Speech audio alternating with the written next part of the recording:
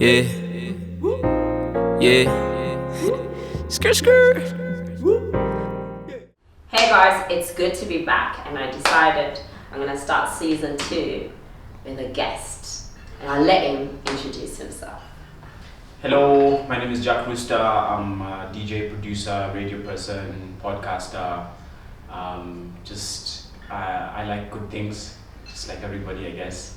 I do a lot of house music. I've just released my latest album, my debut producer album titled Nyoba, which means house in most African languages. I'm a strong believer in the Pan-Africanist ideal, which is the unification of the people of Africa, and I believe that music is a strong vehicle in bringing this unification to fruition. Yes. I love it. What an introduction. I feel like we need to do it again. I need to have a stronger introduction. I'm joking. So me and Jack met at Kelele Sessions by Black Market Africa. Yep. And I guess that's the day I told Jack I've been a fan. And he accepted to come onto my show, so I'm really excited to have you here. And I thought Jack would be a perfect person to have this chat with. Being first, play Kenyan music is now an ongoing topic. Initially, I thought it was just going to be one of those topics that just comes and goes, but it seems to be an ongoing topic. And I think Kenyans are taking it more seriously. Not Kenyans so far, not actually Kenyans specifically, but maybe radio stations and DJs, because they're the ones who dictate what kind of drive the music. culture.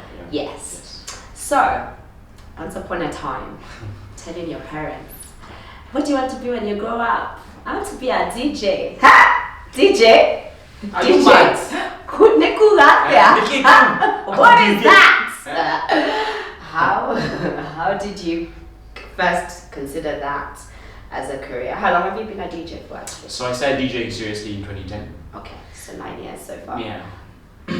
Before that, I was doing other things. I was in IT. I'm in IT still. Okay. So that's my 9 to 5. Okay. And IT and music go very well together, because like you'll find most IT guys, even wherever you work, you'll find the IT guys always on headphones listening to music and stuff, and you're like, that's so unfair. Yeah. How come you get to listen to music when we're working, and me as a HR person, if I'm found listening to music, it's going to be a mess. Or Yeah, that's true. I always listened to music, I always collected music, and being in IT, you're right there with the internet. So I was working for university at the time, and they had this huge bandwidth, and I was able to download a lot of music and just figure out that I actually enjoyed collecting music and selling. So I started selling music. Like I'd collect classical albums, rumba, there's open where I just have a compiled list of all the songs. Okay. And we'd circulate those lists in universities, and people would write on a sheet of paper the songs that they liked. Okay. And then we'd now bring those songs together into like a CD. Like a playlist. Exactly. Burn it for them on CD and Give sell it to them. But how did you transition from being full-time IT, and first you as a person transitioning, and then like usually our parents kind of, especially from coming from an African culture, they can kind of dictate what career you end up having. True. How did you navigate that, or did you have to have a conversation with them? Like, and back in the day, was it something that, like, I'm imagining 2010. Did you go full time 2010 or? No. Okay. So I actually resigned from my job in 2010. Okay. I was working at like my dream job, and I still felt like I was a bit dissatisfied. So I wanted to figure out who I was. Sure. And I felt that the musical path would be a perfect way to do it, Okay. because it allowed me the flexibility to travel a bit and enjoy and connect with people. So the transition was more of, guys, today I'm not going back to work. I have resigned from my job because I feel like I want to do this other thing. Yeah, And I've done that before. yeah, of course there's a lot of resistance. People don't really understand what you're trying to do. But if you really believe in what you're doing and your vision, you'll stick it out, regardless of all the noise, and eventually you will show people. And I think people have now seen that after these 9 years, finally there's fruition, and there's you're now starting to reap the rewards of the fruits of your labor. Exactly. And I always say the arts are one of the most challenging spaces to be in, because you don't really, it's not like a day job. It's not like a 9 to 5 where at the end of the month you get your reward home. Yeah. With the arts, it's something that you're investing in for years and years, and you don't even know what duration that would be. So you just have to stick it out until and then acknowledge the small wins that you get. I agree. Just to give you that encouragement to keep going and improve on your craft. But it's highly intensive in terms of your psyche, in terms of your finances, in terms of your time. and some of the times you don't even know if you're investing in the right thing. Yeah, that's true. Speaking of consistency and being persistent, what I admire about Jack, of which I told him when I met him, is a lot of DJs here, they play everything, no offense, and some of them are my friends, but like, I sometimes believe that's your downfall, because when you become specific, then if I'm looking for a specific DJ, then I know who to look for, right?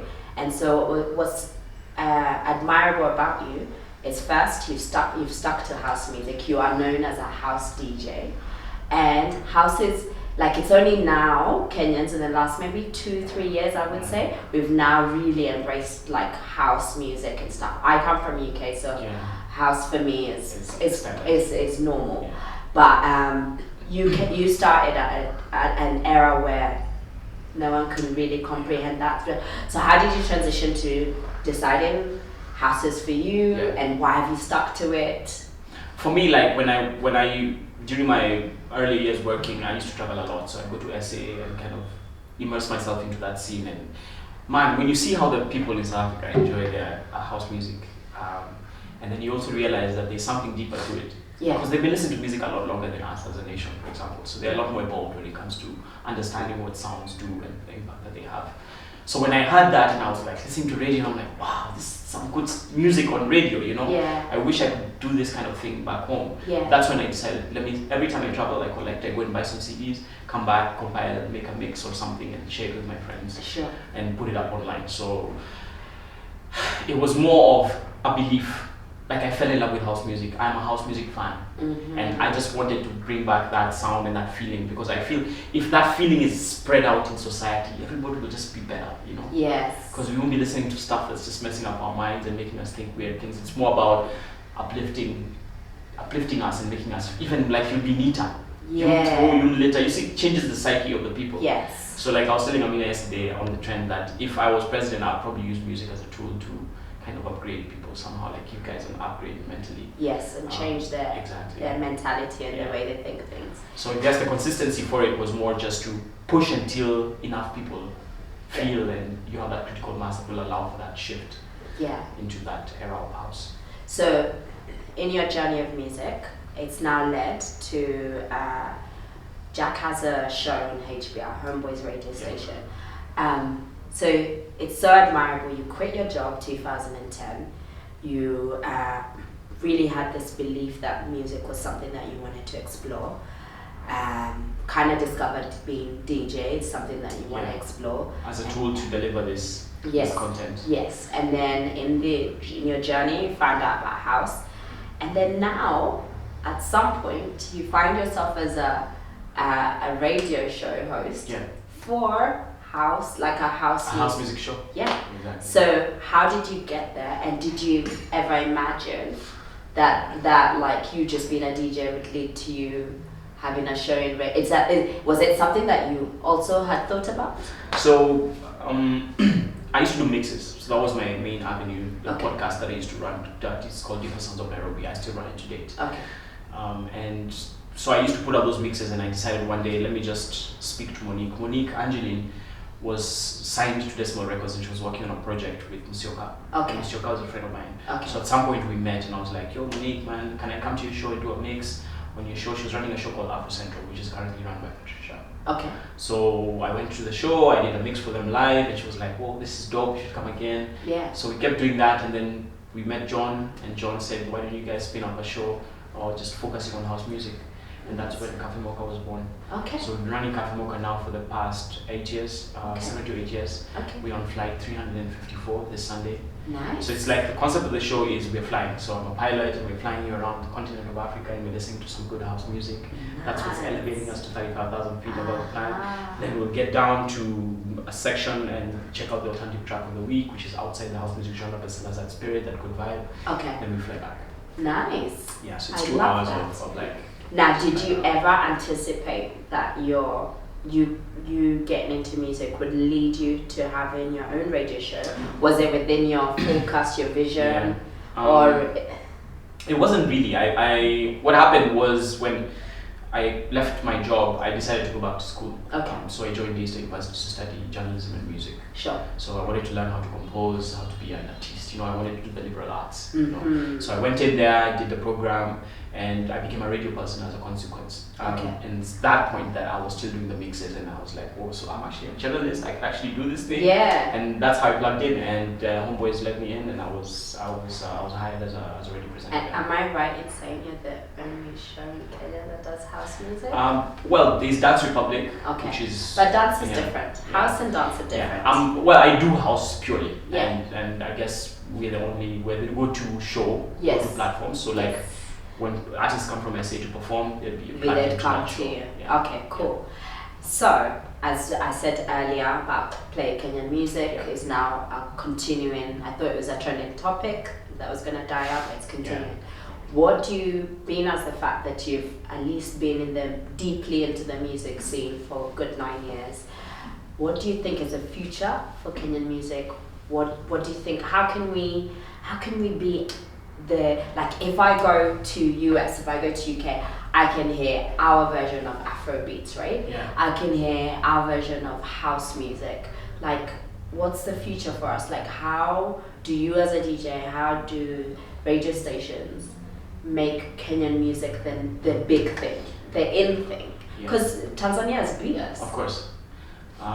I think that you have to understand the history of music in Kenya for you to understand where we are today. Okay.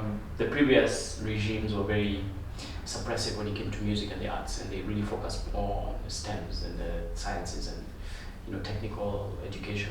They didn't want people to get into the arts because they felt that would lead to dissent. Sure.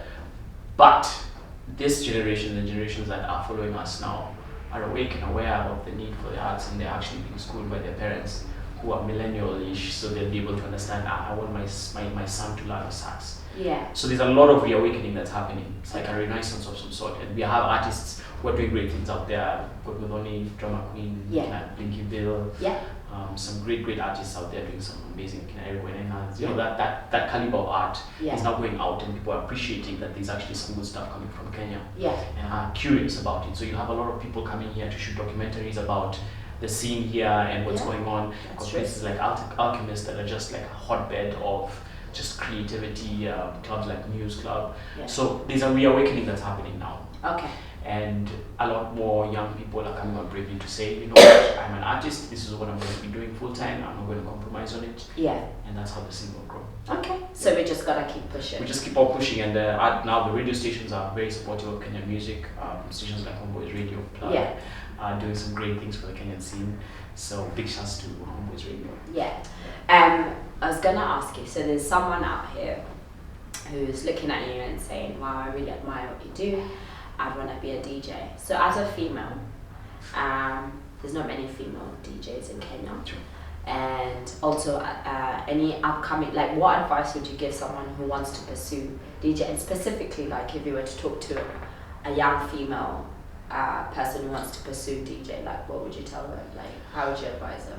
What I usually tell people is begin by collecting music in high quality, so like 320 kbps, MP3s or WAV.